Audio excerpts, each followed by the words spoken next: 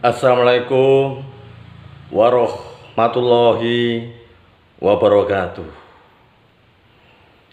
Di hari yang sangat mulia ini, saat kita bersama-sama memperingati Hari Khilafat, perkenankan saya untuk sedikit menyampaikan tentang hikmat khilafat dan perdamaian dunia.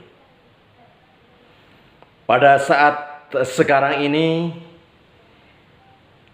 khilafat menjadi bahan perbincangan di banyak kalangan, baik di dunia nyata maupun di dunia maya.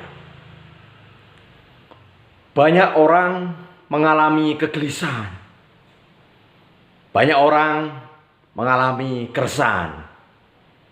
Keresahan dan kegelisahan mereka itu rata-rata adalah dikarenakan pada saat ini umat Islam khususnya dan umat manusia pada umumnya terancam akan persatuannya.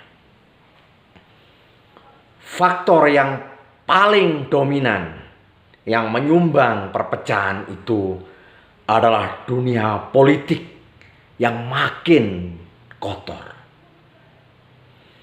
Agama telah ditarik ke wilayah politik. Di sisi lain, kata khilafat muncul juga ke panggung politik. Kekhalifahan yang mereka dambakan adalah kekhalifahan dalam arti kekuasaan atas teritorial dan politik. Kekhalifahan dalam versi mereka yang saat ini sedang mereka perjuangkan adalah berdirinya khilafat Islam dalam arti kepemimpinan pemerintahan. Upaya-upaya tersebut memang telah banyak dilakukan oleh banyak orang di muka bumi ini. Mereka ternyata juga banyak menemukan rintangan. Bahkan mereka banyak menemui gagalan. Perbedaan pandangan tentang konsep khilafat membuat para pengusung khilafat pun juga bercerai-berai dan berakhir dengan meruncingnya perpecahan di kalangan umat Islam. Hadirin yang berbahagia, dalam konteks masa kini adalah sangat mustahil untuk membangun khilafat politik sebagaimana yang mereka cita-citakan. Tiap-tiap bangsa dan tiap-tiap negara memiliki kepentingan yang berbeda-beda dan akan terus mempertahankan eksistensinya. Yang bisa dibangun pada era saat ini adalah kekhalifahan rohani. Karena kebenaran itu bersifat universal, melampaui batas bangsa-bangsa, melampaui wilayah teritorial, melampaui kepentingan politik.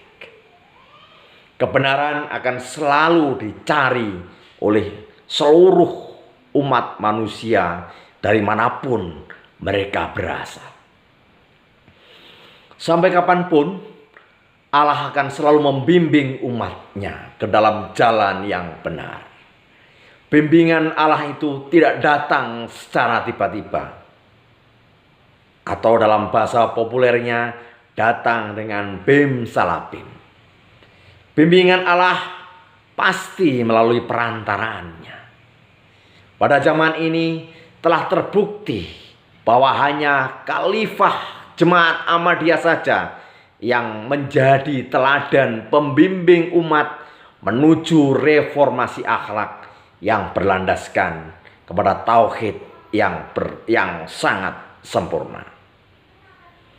Dalam surat An-Nisa ayat 115 Allah berfirman, tidak ada kebaikan dalam kebanyakan permusyawaratan mereka, kecuali permusyawaratan orang-orang yang menyuruh bersedekah atau menyuruh berbuat baik atau perdamaian di antara manusia.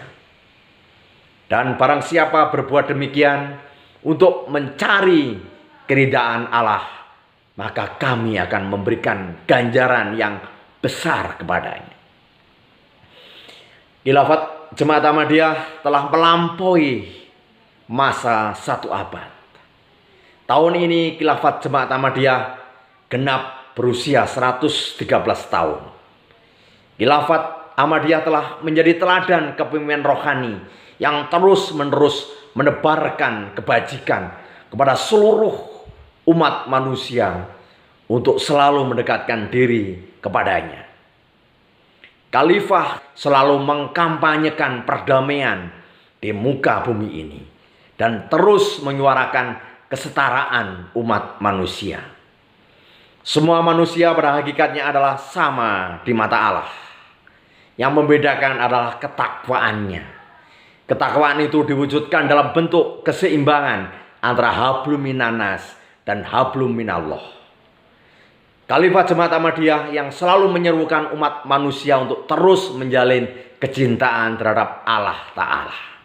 Dan dalam waktu yang bersamaan pula harus melakukan pengkhidmatan kepada sesama umat manusia.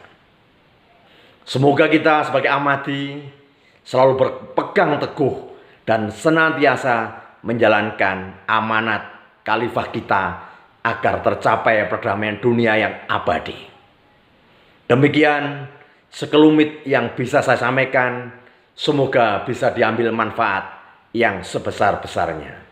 Assalamualaikum warahmatullahi wabarakatuh.